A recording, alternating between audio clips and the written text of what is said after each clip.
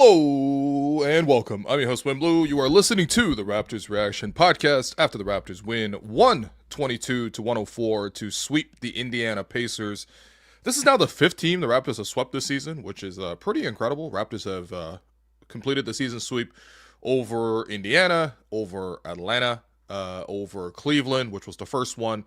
And then out west, they've also taken care of Golden State and Portland. And yeah, for the Raptors now, 32nd win on the season. Only one more game for the team until the All-Star break. Unfortunately, it'll be the Detroit Pistons, but it'll be a really good test for the Raptors based on, where they are. I think post-trade deadline, your roster is set. This is the group that you're going to roll with. No more speculation. Nobody having to look over their shoulder. A little bit more clarity with the roster. The Raptors obviously had one too many guards and one too few bigs. They made that move. They got under a luxury tax. Just you have this clarity. And I thought tonight, whatever. The Pacers have had probably the most unfortunate season out of anybody. They've been so snake bitten. First and foremost, just sending good wishes to Johnny Furphy, their second-year player. He went up for one of his signature massive dunks. He dunked all over Mamu. Not quite as bad as he did to Noah Asenge, who I don't think has actually. I think that's the first time we've seen a player's career end in Summer League was just a Noah Asenge play. I remember being in the building for that dunk. It was so nasty. It was at the Cox Pavilion. But, Furphy landed and had a non-contact injury. I had to be helped off the floor onto a wheelchair. I really hope that kid's okay. Super athletic kid. And, genuinely should be in the dunk contest, actually. I was actually a little disappointed that he wasn't named to the dunk contest. But in any case, Raptors, they took care of business. There were some sluggish moments, no doubt. I think first half had a few too many turnovers. I think that, look, I've actually watched a decent amount of Pacers game this year, mostly because, friends of the program, Pascal Siakam, Andrew Nembhard, I always want to keep tabs on these guys. And,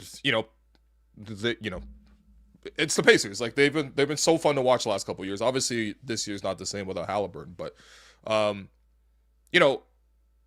truthfully, they're a little predictable, right? There's really 2.5 components you got to figure out. How are you going to guard Pascal? How are you going to guard Andrew Nembhard? And what are you going to deal with? Do you have energy to match what TJ McConnell's coming with off the bench? That's really it. Everybody else is just kind of like an accessory. None of the other guys will really kill you, right? And I thought, at least at the start of the game, the Raptors didn't get a good enough handle on Andrew Nembhard in particular.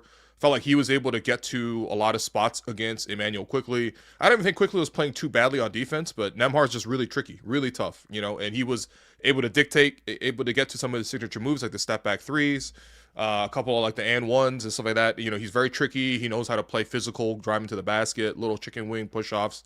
That was a problem. And then Pascal was just kind of always a problem. You know what I mean? Obviously we know Pascal so well, watching the majority of his career here in Toronto.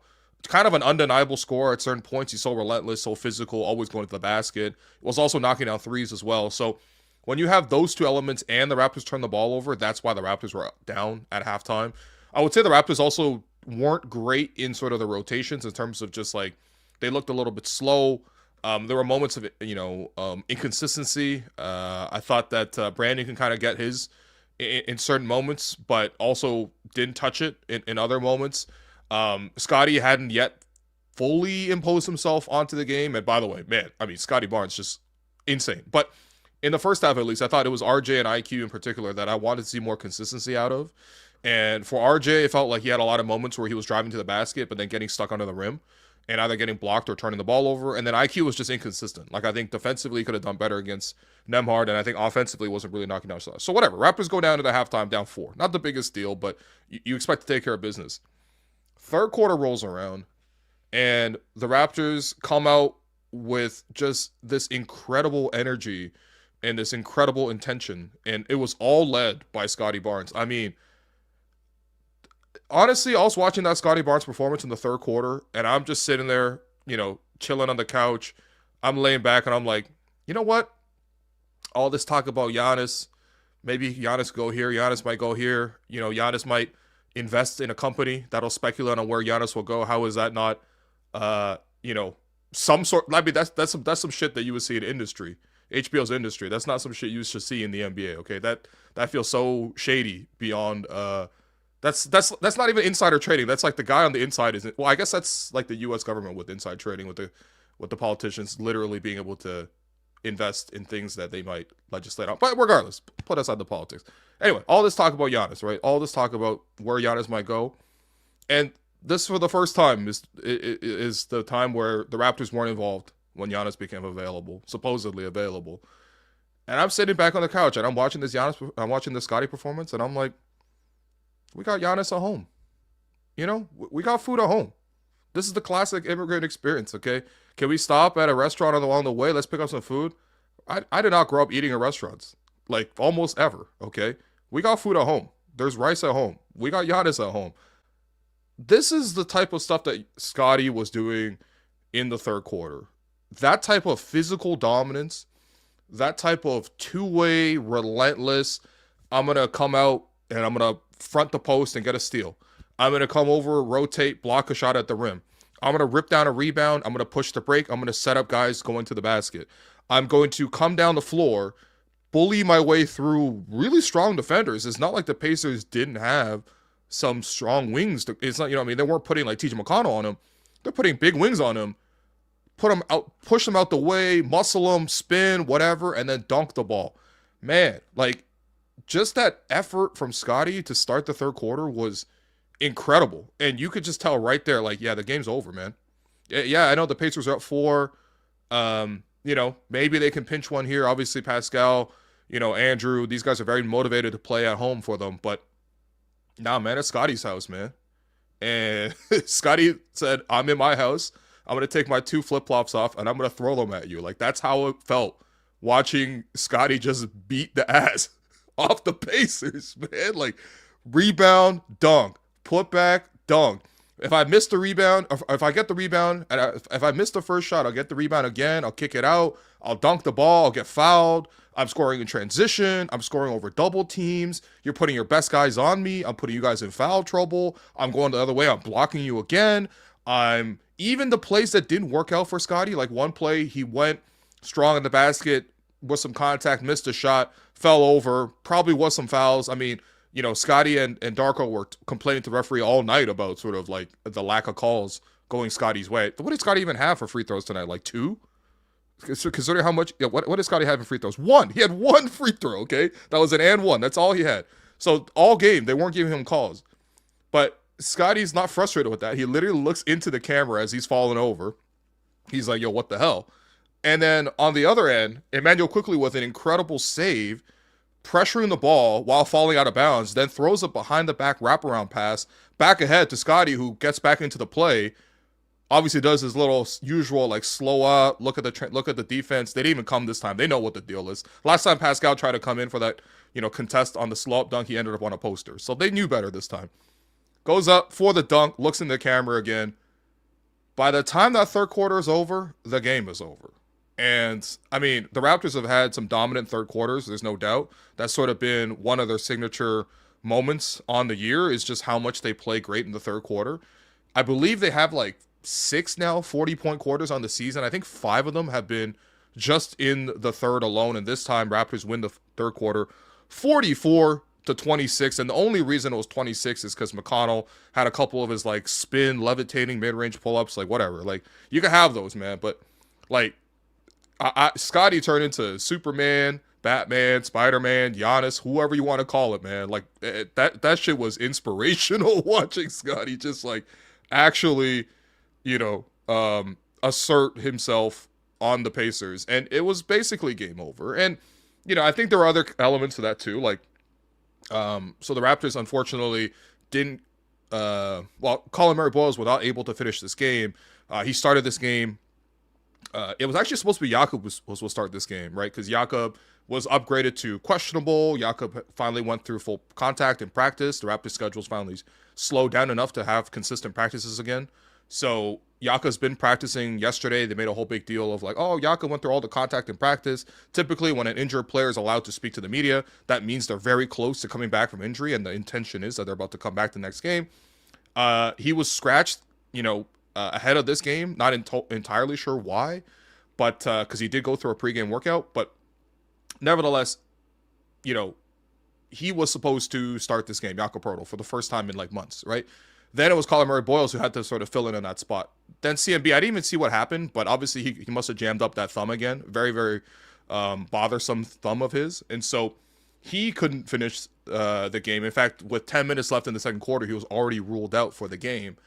And he came back with a brace on that thumb. So hopefully he's okay on that front. But in any case, CMB couldn't finish out the game. Obviously, they had Trayce Jackson-Davis, and we'll talk about him in a second because he actually had a really promising debut. And certainly, I mean, if I were Darko, as much as Scottie totally won them this game, I would give that chain to Trayce Jackson-Davis. Just a nice welcome to the team type of moment, you know what I mean? But, like, my big thing was just, okay, now you got to change up the rotations, right? Because you don't have your starting center. You don't even have your backup starting center. Now you're going to have to roll with a new decision for how you're going to play the second half. And I got to give Darko and the coaching staff a ton of credit. They came out with not the adjustment you might have thought, which was to put in either Trayce Jackson-Davis or Sandro Mamukelashvili and basically fill a big for a big. They were like, no, we're going to go with another guard. And they put Jacoby Walter on the floor. And you might ask, like, why was that significant? I mean, you know, first off, why did they do it? Well, first off, like I said, the Pacers really only have like 2.5, weapons at the moment, right? Andrew, Pascal, and TJ, right? Well, with Jacoby Walter coming into the game to start the third quarter, that took the assignment off of RJ, that took the assignment off of IQ, and it allowed, Jacoby to be the one-on-one against Andrew. And I got to say, it was very impressive because the Raptors didn't send a lot of help. It was basically this Jacoby on an island, sliding, moving his feet, being physical, staying down, not keeping his hands up. Andrew's got a lot in his bag. I don't even think Andrew Nembhard scored in the second half. And, he couldn't really get to the spots he wanted to. He couldn't really get to the shots he wanted to. Like, Jacoby was on him, like, just completely shut him down. Like a shutdown corner, basically. They couldn't throw to that side anymore. And so, when you take away a team that only has 2.5 threats, now they got 1.5 threats. Now it's Pascal and it's TJ. And with all due respect to Pascal, but every time he plays Scottie in this matchup, Scottie is, like, eating his lunch. Second half, Scottie like totally dominated that matchup as well. So, yes, Pascal got a couple buckets here or there. He's an all-star player, champion. We love the hell out of Pascal. But Scottie was winning that matchup. And if you're telling me that Jacoby was able to shut off like Andrew's water entirely, then yeah, second half was kind of a wash. Everyone else was just along for the ride. BI didn't have to do that much. IQ, RJ just knocked down some threes, which is nice. It was great to see them, hit some shots and continue to expand the lead. But like realistically, like the defense just took it to a whole entire different level. And yeah, like the Pacers hit a couple of threes and got hot in the fourth quarter. To be honest, I don't know. It's a bunch of the spare guys that got hot. You know what I mean? Like it wasn't like Pascal and Andrew were the ones doing the damage. It was just like Ben Shepherd will chip in with a three here or there, and Micah Potta, and Jay Huff, they got like a Harry Potter they got like a Hogwarts team with all the Potters and Huffs out there. It was, I was waiting for Cedric Diggory to check in. You know what I mean? Like I don't know. The Pacers have been a really sad team all season. Obviously this is not the best version of themselves, but yeah, like it was pretty easy from there on out. And I think again, like Scottie lifting the level, but Jacoby sort of doing that extra legwork. I mean, in the third quarter alone, Jacoby had 3 plays where he was pressuring the ball and he just straight up like stripped it. Like he stripped it once off Andrew, stripped it once off of Ben Shepherd trying to bring the ball up. And then I don't even know who some of these guys are for the Pacers. Like one of these other guards that they have. I mean, they've basically been filling the roster with anybody just to get by. That's the type of year they've been having. But like 3 just like, pulling the chair, swiping the ball, making the guys turn with the pressure. And every time, they did that, they would score on those turnovers. Jacoby would get away on the fast break. He would set other guys up. Like, it just kind of like took the soul from the Pacers. Now, granted, obviously, I think this is where I have to mention that this is where that Furphy injury happened as well. And you can already see sort of the psychic effect of that one injury. I mean, first off, such a young kid. He's only like 20 years old.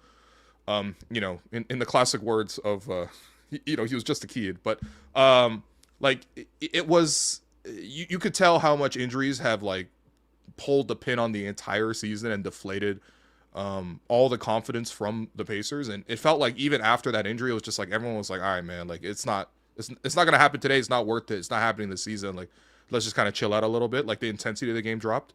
But yeah, like still the Raptors basically took their souls. You know, with Scottie, Jacoby, and then honestly, like a pretty good debut for Trayce Jackson-Davis, man. Like he was really something in there. You know what I mean? Like first off, obviously, look, I don't know if he was intending to play this many minutes right away, considering the fact that he just got here in the trade deadline on, I believe, Thursday night. Then you saw the Raptors go through like a practice, and now you get into a game. I'm sure that everything's new for him. You saw during, especially in his first shift in the first half, he started the second quarter and played like 6 minutes. During that time, like whenever he was at the free throw line or whenever there's a stoppage in play, like Scottie coming over to talk to him, IQ coming over to talk to him, Darko pulling him aside, being in his ear, talking about how to position, and obviously you're trying to jump onto a moving train, right? The Raptors already have their thing, and Trayce Jackson-Davis literally just got here this weekend, but I thought he did a good job. Did a really simple job, but at the same time did it really well. The Pacers are a nice matchup for any sort of big, really, because they don't really have the size and physicality to box guys out. I mean, that's part of the reason why they spent, like, quite frankly, an absurd amount of draft capital, unprotected draft capital, just to get Ivica Zubats, because you could definitely see how much this team lacks size. Again, Scottie just ripping the rebound every time and dunking all over them. But credit to Trayce Jackson-Davis, though, because this is like kind of his game, like his type of game, and he got in there, got a double-double in his debut, 10 points, 10 rebounds, all in 15 minutes as well, 8 offensive rebounds, got to the foul line 10 times, basically always just fouled, either rolling to the basket or going in for putbacks, trying to dunk everything as well. Obviously, Raptors, really made a big point of trying to throw him some lobs. Jamal's attempt to throw the lob to him, he got picked off, but I mean, he was just a presence. I thought defensively he was good too, like in terms of moving his feet, contesting. I really liked that he didn't foul, which is, like it wasn't even like there wasn't physicality, but I thought he did a good job of either moving on the perimeter, providing help. Got a block, got a steal, like that part was solid. But like you can't really ask for more than this in 15 minutes. We know what he is. He's an energy big. He's young. He's got he obviously he has a nose for the ball. Like he actually does want to rebound, and I'm not sure he'll do this every night, but at the same time, I thought that, especially considering that he had to be put into the game kind of in a pinch and had to play a lot of it, he was awesome. Like he was really, really good, especially the physicality around the basket. Third quarter, once Scottie was out the game, like I thought he was able to sustain some of the energy and just like run off of it. I mean, this is fourth quarter. Scottie was like sitting for portions of this too, but just him getting in for a putback off of a Scottie drive, getting him a putback off of an RJ drive, rolling to the basket, trying to dunk, getting hacked, getting 2 offensive rebounds in the same play before getting fouled again. Just doing the right things, running the floor hard, getting fouled, going to the basket. Like pretty simple game, but something that the Raptors didn't have. Like again, you think about prior to the trade deadline, and let's say the Raptors didn't make a move like this, what would you do if CMB went down on the same night where where Jakob wasn't available, right? You'd have to overextend Mamu. You might have to overextend Scottie and take more minutes and put more on his shoulders. You might have to put in Mobo, which typically is not a winning strategy. Like I think that like this was the exact right time to bring in a big. I mean, you might have said you could have brought in him earlier, sure, but that's just how trade deadlines work. Like a lot of trades don't happen until like the 2-3 days leading up to the deadline. Like people GMs are like students in university. Like they need the deadline to actually write the paper. So nevertheless, like they acknowledged that they needed a big. Bobby even said on record last game in the interview where he talked about like, we've learned that in this league you can't have enough bigs. Like, okay, go ahead and get one then. And yeah, I mean, obviously a bit of it was, deciding to stay on the luxury tax and not give up any real, basically pick assets. You know, when we're talking about second round picks, like I'm fine with giving those up. But, you know, instead of sort of the speculation of like, okay, teams want a first round pick for Yves Missi, or teams want a first round pick for Gogo Batadze, Daniel Gafford, like, nah, man, Day'Ron Sharpe won a first round pick. I mean, that's unrealistic.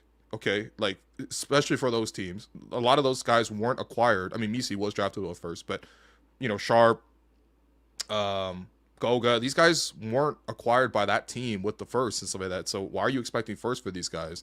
They're backup centers. Go get a cost, you know, eligible, like cost, I guess, effective, big, and somebody who can come in and actually do the job. And again, like this guy literally rolled in this weekend, and he comes in off the bench, and gives you 10 and 10. And I thought his teammates celebrated him really well every time he got going. Like everybody on the bench was on his side. It's just a really good sign of like team chemistry. You know what I mean? Like obviously that's one of the other things that was mentioned was, of course, the Raptors explored, you know, upgrades to the roster. All this talk about Sabonis, like I said after, I don't know if people listened to the React Pod then, but like that was overblown. Raptors' interest in Sabonis was not that high. I promise you, it was a lot of interest in generating noise around Sabonis because I think that situation is headed for a split. I think Sabonis probably wants out of Sacramento. I think Sacramento probably wants to move on from the big. So there's interest in creating as much noise around the situation as possible. And I think the Raptors have consistently allowed themselves to, maybe even encouraged, I would say, to sort of have their name put in for all these guys. Because like whatever, speculation is just speculation. Obviously the front office doesn't care to even bat any of that shit away. But the interest in Sabonis was not real, man. It was not to that extent. It was, yeah. I mean, again, I'm not questioning the reporting from the other reporters, but when you hear the trade rumors are like, yeah, Raptors put in some second round picks, like, brother, that's not real interest. You know what I mean? You know, you know what I mean? That's like if you're interested in a girl at the bar, do you send her like, you know, a bowl of water, like a cup of water and some peanuts? Like, no, you're gonna buy a drink, right? Second round picks is that wasn't real. That's all I'm saying. But in any case, like, yeah, like they did a good job with that, and you know, tonight everything all worked out in a good way. So nice easy win, to be honest. I think the whole squad can now go and focus on the Super Bowl, which I think will start in about half an hour. So the players should be pretty much done media at this point, and you know, off the locker rooms, and I'm sure they'll be doing some sort of little get together to watch the Super Bowl. But you know, they took care of business first and foremost, and yeah, they only have basically one more game until the All-Star break. Hopefully they're able to use that break to, again, just continue to heal up. I still think RJ is a little shaky, you know, at times. I'm not going to lie to you. First half, I felt like the explosion wasn't there. Second half, I thought he played better. But I still doesn't quite feel like RJ's like 100%. Obviously, they still held him out of the second half of back-to-backs last week. Hopefully, when the All-Star break is over and we have basically like a whole week and a half off, hopefully RJ's able to just straight up play in back-to-backs and be available. We've all seen the boost in scoring that RJ's able to bring, and the stability and the pressure that it takes off of RJ, or that takes off of Scottie and Brandon to do that. And then, yeah, I think, you know, like for CMB, obviously he's going to go to All-Star weekend. I don't think that the thumb should be something that holds him out of that. But it's a pretty low lift. Like I said, it's like one practice where you're kind of like joking around, and then the game where you're just kind of like, you know, it's All-Star weekend. Guys aren't playing that hard. Like I certainly, especially considering how physical the matchup is against Detroit, I don't really want to risk it playing him against Detroit. Similarly, I don't really want to risk Jakob coming back against Detroit. That might be possibly the worst matchup for Jakob coming back from an injury, is to play against Jalen Duren and Isaiah Stewart. I mean, if I got a bad back and the first thing I see is those guys, you know, I would just rest until after the All-Star break. But I'm sure that there's lots of interest from both the team and from Jakob, who, you know, I'm sure they're itching to get into the game. It's just an unfortunate matchup to come back to. But you use this break, heal up, and make the stretch run, because the Raptors are in a good position. They continue to rack up wins. And, you know, I'm just looking for a strong, healthy finish to the rest of the season. So take a quick break, hear from one of our sponsors, and when we come back, we will take your questions in the chat.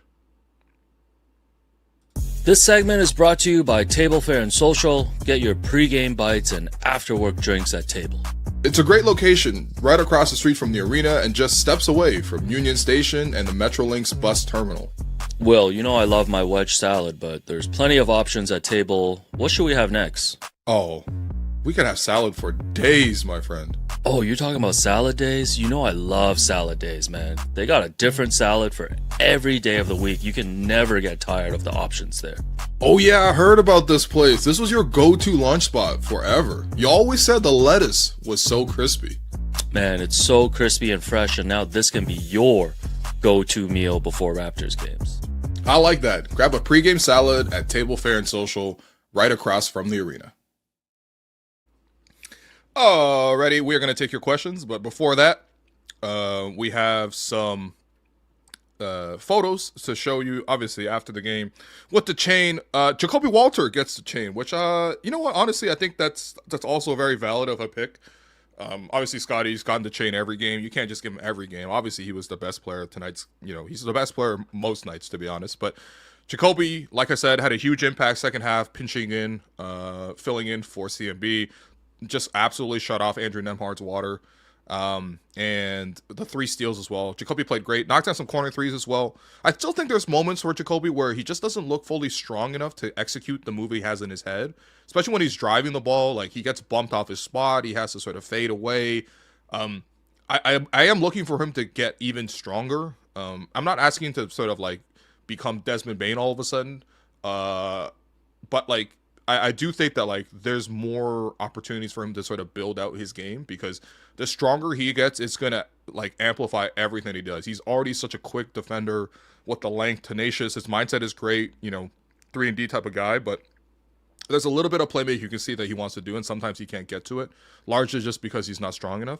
But Jacoby with the chain there, Mamu putting the chain on Jacoby, and here we go. The first team photo, this one with Trayce Jackson-Davis, as part of the group. Trayce is going to have to figure out what pose he wants to hit on a consistent basis when you're talking about being in these photos. Obviously, Grady and Jamison Battle have been doing the flex all season. And, yeah, I think Trayce, you can see him. He's just there hiding behind Mobo and Grady. He's going to have to figure out one consistent look, because we're going to have a lot of these post-game win photos. And, this is Raptors culture right there. This right here. So, congrats to the team on a nice win, and yeah, I hope they enjoy watching football. Hope they enjoy watching football right after this, because you take care of work and then you go get a little get together afterwards. Anyway, let's take your questions as always.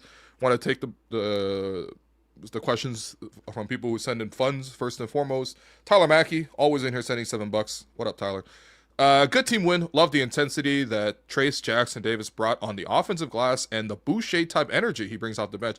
I like that call out, actually, because very different players, obviously, Boucher and Trayce Jackson-Davis, in terms of the physique and in terms of just like their style of play. Obviously, Boucher plays more like a wing, wants to knock down the threes. But yeah, that little jolt of energy coming off the bench, like pushing guys around, like getting on the offensive glass. I do think that, like, this was a really good matchup for it, just because the Pacers are so, I would say, weak on the front line. Again, that's why they got Zubac. Like, they knew how badly that position was missing for them. And yes, like, J-Hub could knock down a 3 here or there, and, well, that's basically it. You know what I mean? Like, they needed bigs. And, but yeah, I thought Trayce did great. I think that this is something that he can do. That the approach is the perfect approach. I think that's first and foremost. The approach was perfect. Like, you need a guy who can just like sniff out these second chances. And, tonight, especially considering RJ was getting downhill, Scottie was getting downhill, there were lots of chances for him to just basically follow up, because it's always the center that rotates over to try to block the shot, right? So, Trayce is going to be in there. He's stronger. He's not like as much of a high flyer maybe as like that one Wemby dunk suggested, but he's also got enough bulk on him where he's able to like wedge out his guy, maintain his position, and then he's got really long arms as well to sort of reach for the shots. 8 offensive rebounds is super impressive, and yeah, every time he got the rebound, he was just looking to go straight up with it, and you love to see it. I was looking up his free throw percentage, because I was like, he is missing a lot of these free throws. He is kind of only like a career like 55, 56%, foul shooter. So there are things that they can sort of work on in terms of like, can they get him to be a little bit more consistent from the foul line? Obviously, him being a lefty, he kind of shoots like on an angle too, facing the basket. Like his feet aren't even square to the to the free throw line. So I mean, look, especially for a team like the Raptors, who they're so big on player in development, and that's always sort of their mo. And Trayce is still only in his third year, although he is 25. But like, he's they're always going to talk about trying to improve their guys. Like I literally, Darko was trying to talk about how like even Garrett Temple is improving. So, yeah, I think that this is a really promising start, and I think we should allow the room for. I know it's not like the name that we sort of posited in our heads. We were thinking about like AD, Sabonis, or some of these other mid-tier like backup center options. Trayce didn't even really come up in all the sort of cursory conversations, so it doesn't feel exciting. And then you look at it, oh, he's 6'9", No, come on, man. Like I think you needed a profile of player, right? You needed somebody who could bang, somebody who can rebound, somebody who could obviously fit in nicely with the group that you have, personality wise, in terms of play style wise. And look, I'm not saying this is some sort of silver bullet solution, but I also think that like there wasn't much hoopla when the Raptors signed Mamu in free agency, and the front office clearly had an eye for certain guys that they liked more than others. Maybe certain players that might fit better in Toronto than they do currently in their previous situations, and you should just allow that. I mean, again, like I just thought I don't know, the impatience and maybe even outright vitriol towards the front office didn't really feel like justified in that sense. Like I just thought that like you gotta give them a little bit of room to operate and then see how it goes. You know what I mean? Like as long as they weren't pushing all in a hasty bid for some of these other guys, like why am I gonna put even one first into the Sabonis deal when it's like, well, like this guy's making $47 million for 3 years as like a non-floor stretching,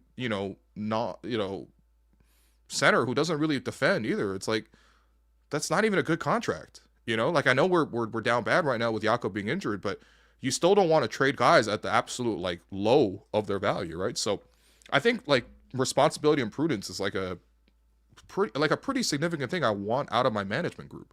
No matter what organization it is. So, look, it's not to say that like, oh, we're gonna take victory laps because he had 10 and 10 against the Pacers, but I think just people gotta calm down a little bit. Like, I didn't really understand like the amount of vitriol that I saw towards the front office. I didn't really like that. I just thought it didn't really make sense, to be honest. So, I guess it wasn't proportionate. Not that it didn't make sense, because obviously there's valid things to say about the front office and all of that, but like on the whole, I think he's like, especially through the draft, free agency, and now the trade deadline, I think he's done fine. He's done well. I will give Bobby like a B+ for how year one of him being top dog has gone. Draft went well. CNB and Elijah, I like those guys. Free agency went well. Mamu, pretty good sign-on. Like the trade deadline, they got under the luxury tax. They swapped out a guard for a big. Like, it's not exciting, but they didn't give up a lot either. So it's like, yeah, that's a B+ in my mind, man. That's more than solid, I would say. Anyway, Ian sends in €12. Ian from Malta here. I love that we have a consistent fan from Malta. This is incredible. Ian from Malta here. I love these early Sunday afternoon games. Get back to the Toronto 1 p.m. game. Perfect for us in Europe. No questions. Just wanted to send some euros and thank you for all the work and effort. Hey, I appreciate you, man. That was yeah, very, very generous of you. What's the time right now in Malta? What time is it in Malta at the moment?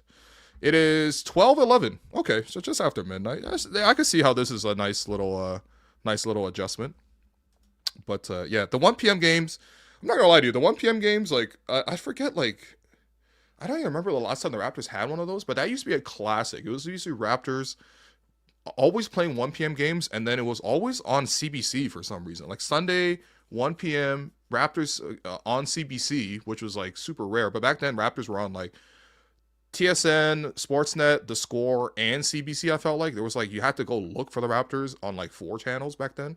And I just remember some like pretty good performances on those Sunday afternoons. You know what I mean? Like, I think the one that's coming up for me is just the Raptors beating the Rockets one year on a Sunday afternoon. I remember watching. I think like Young DeMar might have had like 30 or something like that. It was anyway. It was nice. Yeah, Elliot Friedman. Yeah, shouts to Elliot Friedman, man.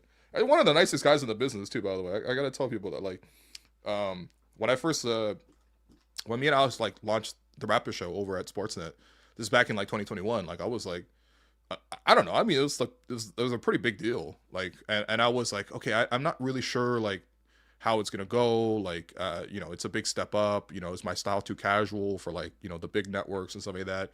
I mean, things were going well. Like, don't get me wrong. Like, it was charting well. Like, it was performing well. Um, but like in my mind, I'm like mad nervous. I'm like, yo, this is like, I don't know how am I doing in the big leagues. And about a month in, and I had never talked to Elliot Friedman in my life. He just randomly sent me an email, and it was very personal. There were some other things that I'm not going to tell you about in this particular story, but the big thing was just like, like I've been checking out the show, and you're doing a great job with it, and I really like sort of like the voice you're bringing to this. And I'm like, damn, that's amazing, man. Elliot Friedman is like one of the voices in Canadian sports media, and people don't know, but he has a hoop background as well, man. Like he used to do a lot of the sideline reporting for the basketball scene in Canada, and obviously he's gone on to become like basically Shams, Woj, whatever level you want to say for hockey and everything like that. But just such a nice guy, and I was like, dog, this guy, I never even met this guy before. Like that was just a really nice thing to say. You know what I mean? Like I think maybe he even picked up on that for sure. So shouts to Elliot Friedman, man. Just a genuine nice guy. All right, let's get to some more of your questions. A lot of focus on Trayce Jackson-Davis, so I like that. Pistol Pete sends in, no doubt TJD is a huge boost off the bench. Takes some tough defensive minutes off Mamu and Scottie and just helps our rebounding battle. Yeah, exactly, man. I think, that's what you want, right? Like that's, for me, it wasn't even necessarily about a guy who's going to come in here, because like I thought it was pretty unrealistic for the Raptors to bring in somebody who would be outright better than Scottie, Mamu, or CMB, as a big. Like, I know that those guys are undersized, and sometimes they lose the matchup just based on being undersized. And yes, of course, it is annoying watching guys like throw lobs and, get offensive rebounds, basically like get big boyed. But for me, the big thing was, okay, if you're able to buy a budget big and bring him to your group, I just want him to take the hits. Like I don't, I think it has to be draining on certain levels to like constantly be rebounding and boxing out and contesting at the rim and maybe having to pick up fouls. Like, I mean, we need Mamu and Scottie to score for us, man. So CMB's been doing a lot of dirty work, but even him, like with the bad thumb, makes me wince every time watching him play the game, and he's getting slapped down on like once a game, and it's always kind of teetering on like, is he okay? Can he grab the ball sometimes? You know what I mean? So, yeah, just getting someone in there to take the hits. And I thought he did a great job of that. I mean, he did more than take the hits. He dished out the hits tonight, which I really liked. But, yeah. Nice little pickup. Mamu. This one from Mazar. Mamu with another easy, cool 17 points off the bench. He deserves to be in the 6th man of the year conversations. You know what? That's actually a good shout. I mean, let's take a look at what Mamu's averaging on the season. That doesn't include tonight's numbers, but Mamu is averaging 11 points per game off the bench for the Raptors, shooting 52% from the field, 38% from three. He's averaging 11 and 5 with 2 assists. He started 11 games, but has come off the bench for 40 of them this season. We've seen so many games this year where Mamu has flipped the game around for the Raptors. Even tonight, the game was kind of like, I don't know, it was like Indiana was like slightly ahead. And then Mamu comes off the bench and immediately knocks down 2 threes, both playing off the extra attention that Brandon Ingram was drawing. And I just gave the Raptors that room to breathe, and Mamu playing the pick and roll, Mamu hitting the threes. It's just been a really nice success story. By the way, I think for a lot of people stressed about the Mamu, like, oh my God, how are we going to extend Mamu and stuff like that?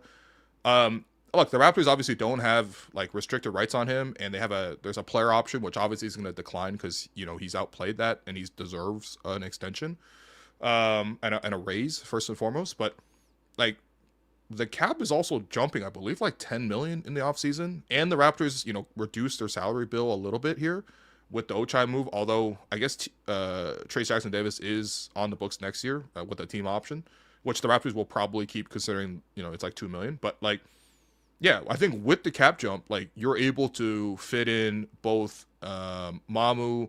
I don't think Mamu will get more than like the non-taxpayer mid-level, which I think is like 13. Like, I think I'm happy with sort of paying Mamu at a mid-level. I think for Mamu, he's going to recognize that Toronto's been a great fit for him, and I feel like teams would I mean, if all things being equal, I think he should give a lot of preference to signing in Toronto. And I think again with the cap jumping, which is just to be expected, like yeah, I'm actually pretty confident the Raptors are going to keep Mamo around too. So I know it's like if you look at the cap, if it's flat, like now it's like a concern. But again, like there's a lot of very smart people projecting and figuring out sort of how to make moves and how to make these maneuvers. And I'm sure they've taken a look at Sport Track and been like, okay, we got to balance our money a little bit. And that's one of the reasons you want to get under the luxury tax too. You know what I mean? Because you get access to the the mid level, the full mid level. Anyway, this is all boring stuff. Like I've always said, when you get to the level of fandom where you're worrying about how the Raptors are going to manage their salary cap, like you might be in a little too deep. You know what I mean? Like at a certain point, you're like, it's not enjoyable. I can't imagine it's that enjoyable to like play around with the spreadsheet. Like leave that shit to Bobby and his guys, man. It's okay. We got another question here. TJD is a force, just scratching the surface. If he stays healthy, he will make this team significantly better. I think I want to leave the opportunity for that. I think again, like if Jakob's able to come back, I wonder if they'll sort of load manage, and maybe for back-to-backs, maybe like there's opportunities where he doesn't play. But I'm ideally looking to see how Jakob fits into that. If Jakob's playing and CMB's available, I don't really imagine as many minutes for Trayce. But even just having that sort of insurance option, having some depth there. Obviously, we know that there's gonna be games because like CMB and Yak are both nursing injuries actively right now. Like, there's gonna be enough minutes around them where you're gonna need a little bit more from Trayce. But I thought Trayce was good. You know what I mean? Like, this is basically like the Trayce that I remember from the Warriors in the first year. And I think part of the Raptors thing is that like they really want to play a lot through their bigs. They put one of the first things the Raptors do in a half court is bring the ball up, put the ball in the bigs' hands, look for the bigs to sort of play dribble handoff. That's a lot of what the Warriors were doing. Now, granted, like it's one thing to do dribble handoff with Steph. I mean, you know what I mean? Like, no, obviously the Raptors don't have anyone with that type of gravity, but I think Trayce is a guy who didn't look that shaky with the ball in his hands either. You know what I mean? So that's part of the reason why I think the Raptors like the fit of him in this particular group. What else, man? Question: what is the word with Grady? Why such a mid-season? I mean, I think Grady's had a hard time adjusting to coming off the bench. It's a pretty different role than what he's played previously. I think the other game against Indiana, I think was the first game he started all season, and I think that's the one game he started all season, which is like a huge adjustment because in his second year, Grady Dick literally started every game that he played for the Raptors last year. Like I actually was a little surprised looking back on this because in my mind I was like, didn't he go to the bench? He never went to the bench. He literally started every game that he played. This game, outside of one game, he's come off the bench every single game. Now, granted, like part of the reason you get moved to the bench is because there's an upgrade. I mean, obviously Brandon Ingram is like miles better than Grady Dick. It's not even close. But I do think that like some of the things with Brandon coming in has changed a lot in terms of the priorities for Grady. Last year, I remember they were like running a lot of out of bounds plays for a shooter to get the ball. I mean, today they ran one, which was nice along the baseline. Grady caught it and a turnaround jumper was nice. But that used to be like 3-4 times a game there were run plays for Grady. Nowadays, you don't even see him. You rarely see any plays run for him in particular. And granted, he hasn't really knocked down enough shots on the outside to like really warrant like, hey, let's warp the offense around Grady. But I think it's like a normal thing for a lot of young guys, like especially on rebuilding teams. You get inflated minutes because the priority isn't to win, the priority is to develop. So young guys get the chances to play, and that's what we saw in the first 2 years of Grady. But this year with the team upgrading and growing, the challenge is now how do you grow not just by putting the most minutes in, but by maximizing the amount of production you could do with the minutes that you have. And sometimes Grady has shown a good propensity of that, right? Like we had a stretch there where Grady was like, I think was scored double digits, like 8 in 10 games. I was on the West Coast road trip. He was really good on that road trip. He was been playing hard. He's been playing really aggressive, excuse me. So like I think for Grady today, like he, kind of did what you expect him to do, got downhill, attacked some closeouts, made a nice like driving kick as well, but he's just not going to have the ball enough to like really make that big of an impression. And I think the biggest thing is like on the defensive end, he's getting better in terms of like getting stronger and handling better assignments, and he's trying, and he's playing harder, I think, just overall on the defensive end. But I think the other thing for Grady is just like there's gonna be a lot of matchups where, like, truthfully, they're still gonna hunt him, and you could still improve. But when you start off as bad and you just get to like not so bad, they still attack you, right? So I think, especially considering the team's priorities are to try to win games now, like it's just about producing, and who can produce the most in those minutes. He's still in the rotation. If anything, the Ochai trade solidifies that he's going to be in the rotation even more.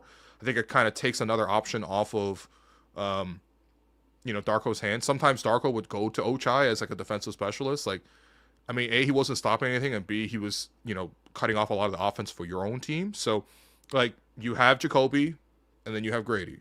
And some games you might need more from Jacoby's skill set. Sometimes you need Grady, but those two guys are gonna be the ones that have to hold it down. And yeah, I thought Grady played fine. I mean, he's gonna get 15 minutes. If you give me 8 points off the bench in 15 minutes, like, I literally have no complaints. Yeah. Another question: we officially own third quarters. Got the fourth quarter for the second half of the season. Yeah, I mean, if only we could be as good in the fourth quarter as we are in the third quarters, but. Yeah, Scottie just absolutely took over in that third quarter. It was a huge pleasure to watch. Hey, by the way, speaking of a pleasure to watch, I don't typically show you game footage because it does make us demonetize the video, but sometimes the moment's too cool. So I wanted to show you this. So this was after the game, as the two teams were sort of obviously walking off down the tunnel. Nice little moment between Scottie Barnes and Pascal Siakam, and then a nice bit of interviewing by Blake Murphy, who's been filling in for Daniel Michaud on the Sportsnet sideline broadcast. Blake asked a question about it, and I thought Scottie gave a great answer. So if you didn't see it in the game itself, I want you guys to see this because this was super dope. Did exactly what was needed to help them get this victory starting in that third quarter.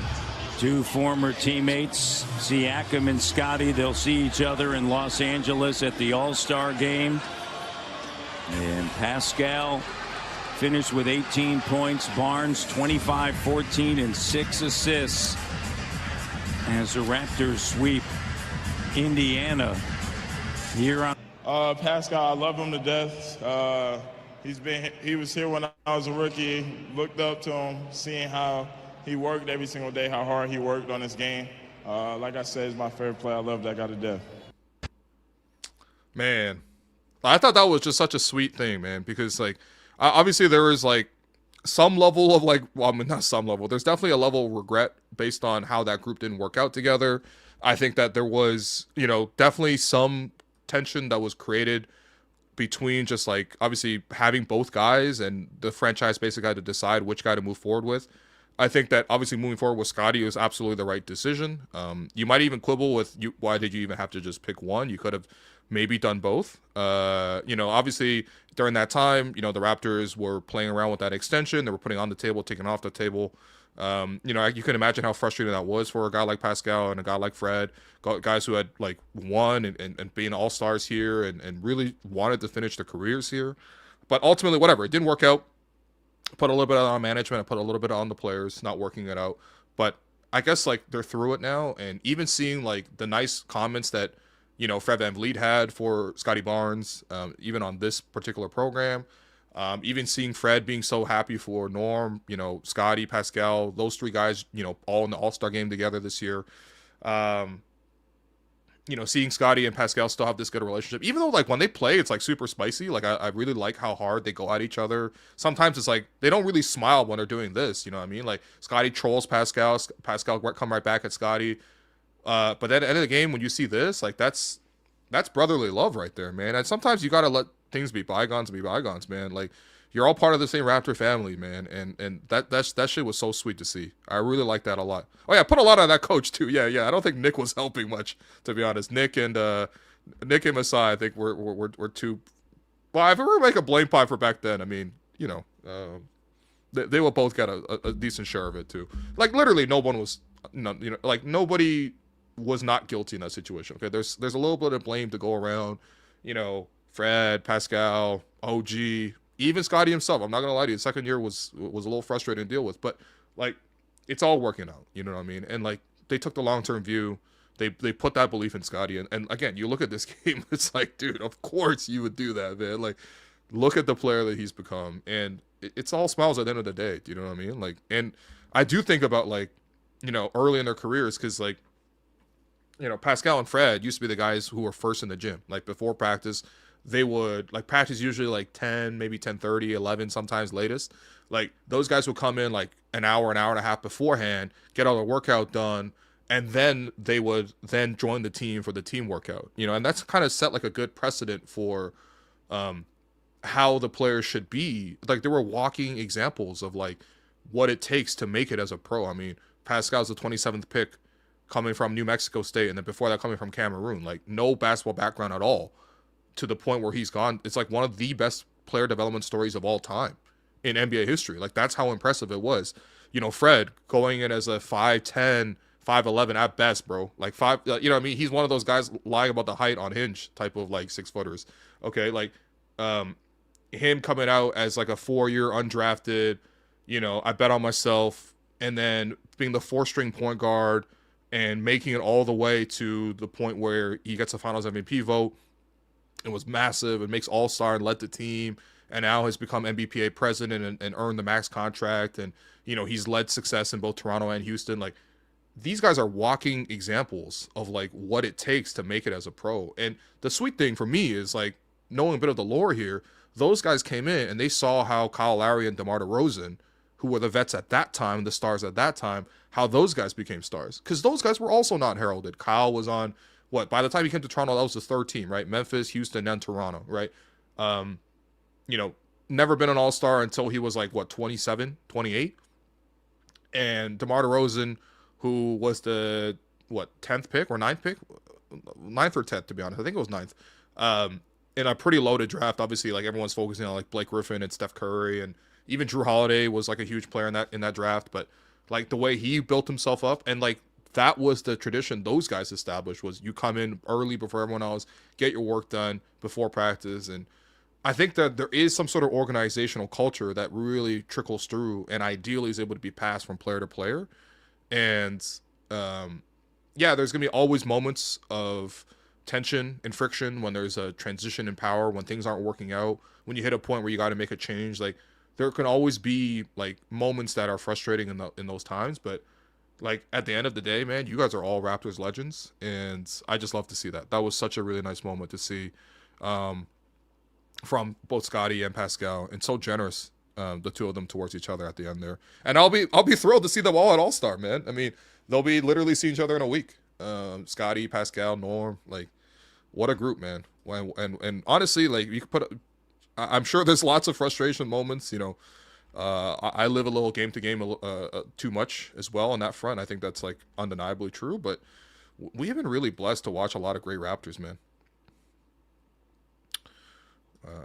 So anyway, let's take a couple more questions. Marco sends in $3. Does Darko use a random challenge generate? Okay, to be fair, so the play that he challenged and lost in this one, so that was the one challenge. But the play he challenged in this game was second quarter. Pascal drove to the basket. He fully used his off arm, like his left arm. He had the right hand was tucking the ball, so the left arm was free. He like fully pushed off the back of, I forget who, I think maybe Jackson-Davis. And then he drove in, and then when he tried to go reverse, like, Scottie got him on the arm. So like that's an undeniable foul, and that was the foul that was called. But I thought the challenge was valid in the sense that, like, he uses his left arm to push off. You know what I mean? Now, granted, we live in an era now with the Shea push off where, like, you know, I guess it's not called. But I mean, even on review, you didn't call that. Like, the guy put a elbow in the back of a guy. But whatever. Yeah, I certainly think they could improve on when to challenge, because I do think it was a very low leverage challenge. But yeah, that was a nice. I don't know. You can always improve things for sure, even in losses. Even for me though, I get really picky with the challenges and stuff. Like, I didn't think that was too terrible of a challenge. If you could put a foul on an opposing star player too, I think that's pretty good. Ducky Duck 2166 sent in $2. I swear we would have 5 more wins with Yak. Oh, I don't know, man. 5 more wins with Yak?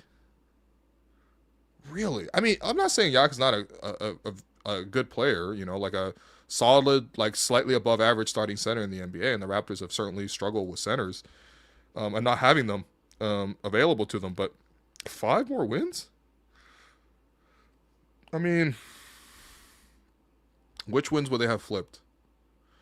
I don't think anything. Well, I mean, first off, he hasn't been available for like basically December and January, so I'm looking into those months. Losing to the Nuggets by 3. I mean, they probably flipped that game around. Jokic missed that game. Raptors should not have lost that one. But to be fair, the Nuggets turned out to be like a really effective team without Jokic. In fact, they're actually struggling a little bit with Jokic back in the lineup, which is hilarious. But I think a lot of that is just like their team is old and it's before All-Star break. They're not playing as great on defense. But like maybe the Clippers game where they blew it, but down the stretch it was mostly about not being able to contain Harden. I don't think Yak would have really helped contain Harden. Losing to the Celtics, that game they didn't have Jaylen Brown, but yeah, I don't know. We never beat the Celtics no matter what.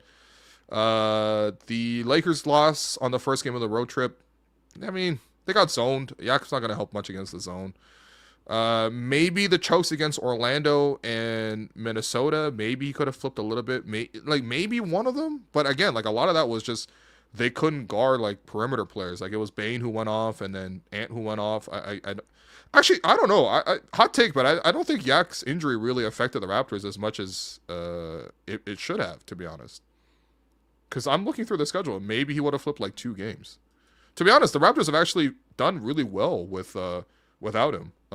It just doesn't feel sustainable because like CMB and Scottie and Mamo have had to do so much of the heavy lifting. But I do think that one of the positive things is like CMB played well enough in that stretch that I'm not saying he was like equivalent to Jakob because they're very different players, but he did a great job. Maybe the Pacers, maybe the Lakers game, maybe. But I mean, even in that game again, like their issue was the Raptors scored 93 points because they got zoned.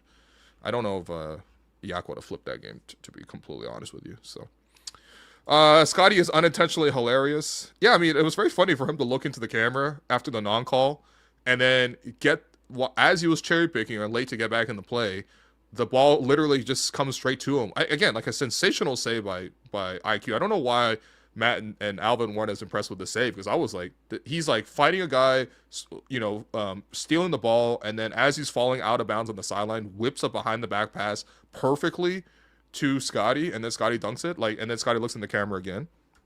Very, very funny, very funny moment. I thought so. Yeah.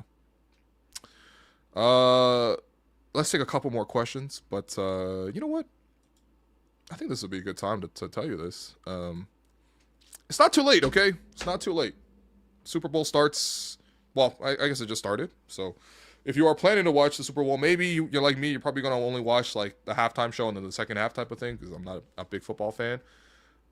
It's not too late, man. Go out there right now. Pick up some Coors Light, man. Come on, biggest game in America at least, if you care about America like that, which not a great time for that right now. But anyway, yeah, basketball can be stressful, but Coors Light is the chill choice, and staying chill is always the winning play. Raptors stay chill.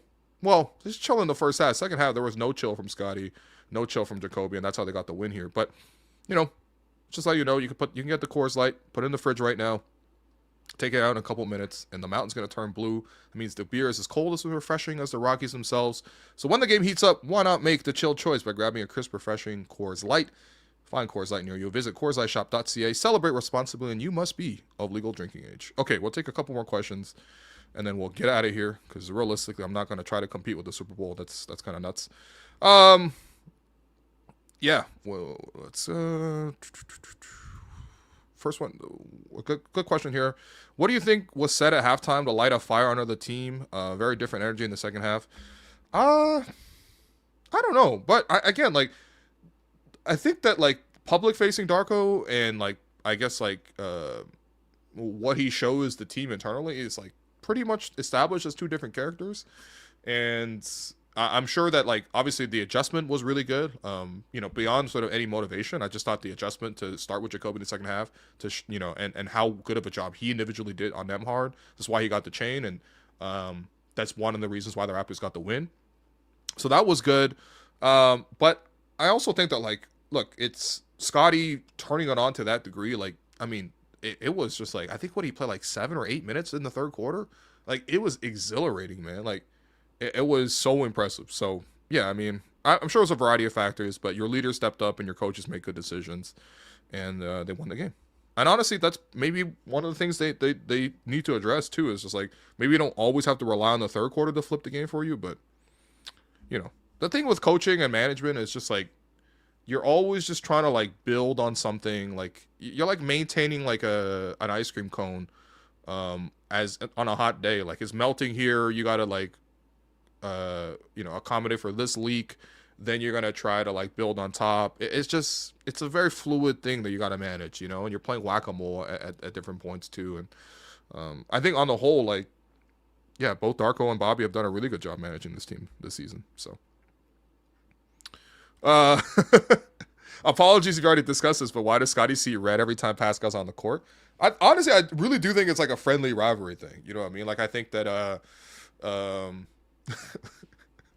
I think there's a bit of a heated rivalry there in terms of just like, obviously the two guys were teammates, and at point, I mean, again, like it kind of was kind of messed up, but even if you remember back to when the Raptors had the 4th pick and they took Scottie Barnes, you remember the draft was on ESPN, and one of the analysts was Kendrick Perkins on that draft, and Kendrick Perkins honestly somewhat presciently decided to say, he was like, oh, well, I think, you gotta be worried if you're Pascal Siakam, because like that guy's gonna come replace you. And like, obviously there's a bit of that going back and forth. I think Pascal's landed in a great situation in Indiana. I thought, him and his agents got him to a spot where he's able to continue to win. And he's elevated that group to such a great degree. And I look forward to watching the Pacers, as a fan of basketball. Like, this is one of my favorite teams to watch, man. It's hard not to, be a fan of the Pacers. And being a fan of the person that Pascal is too. But yeah, I mean, I think there's just a little rivalry there. But again, like you see, it's all love too, which is really nice to see. You that's what you want to see at the end of the day. By the way, speaking of Pascal, I'm happy that there was a discussion about this, because one thing Pascal always does is continue to invest in the communities that he's in, and this remains the case even with Pascal obviously moving on from Toronto. But as I understand it, some of his family is still here in Toronto. He's moved a lot of his family, and sort of, I mean, look, I'm not going to go into all the details, but I think that Pascal sort of like really become the center of the family in a way that I think it's really beautiful. Obviously, part of Pascal's story is that he lost his dad when he was playing in college, and he was on a student visa at the time, so he couldn't even go back to attend the funeral. You can only imagine how much of a heartbreaking thing that is, but that's always been his thing, right? Doing it for you. And, but he's rallied and brought the family together.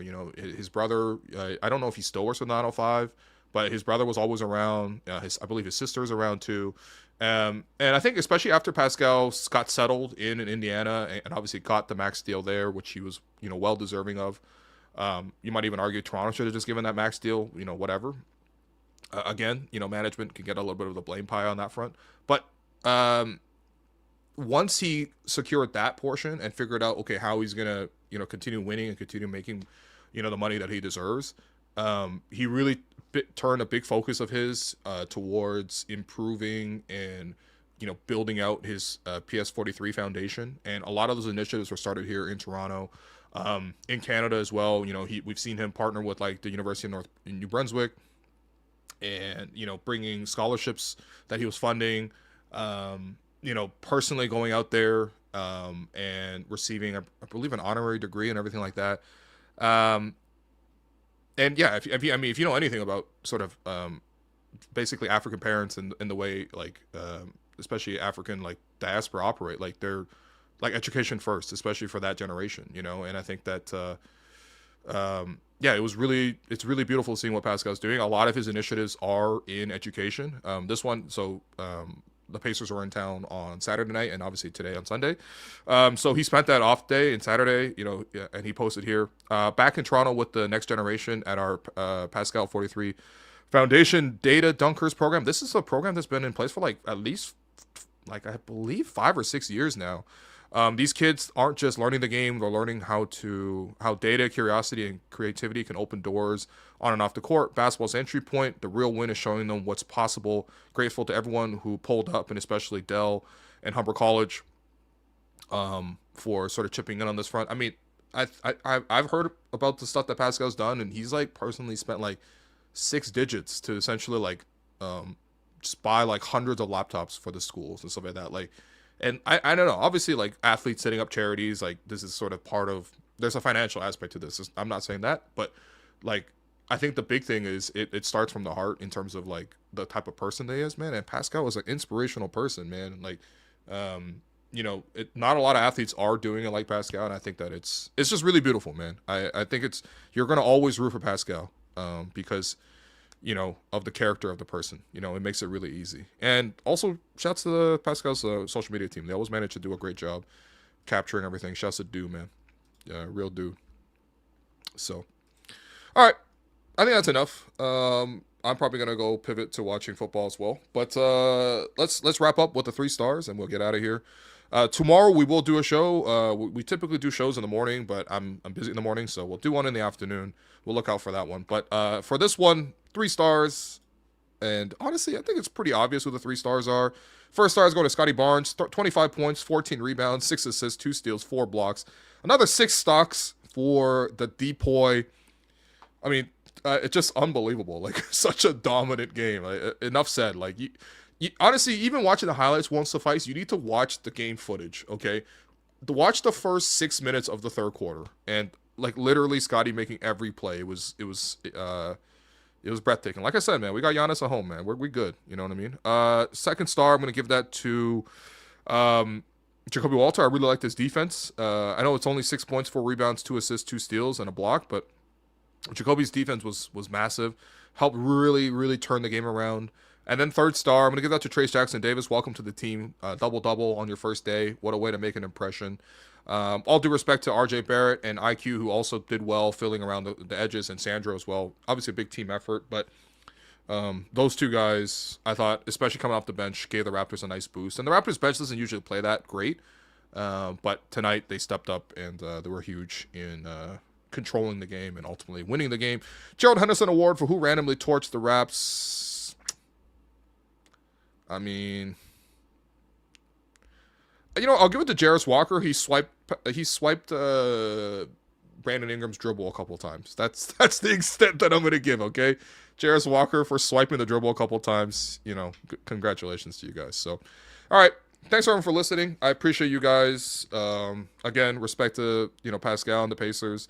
You guys will bounce back soon. Andrew, hopefully I'll see you for another interview in the offseason. Let's keep that tradition going.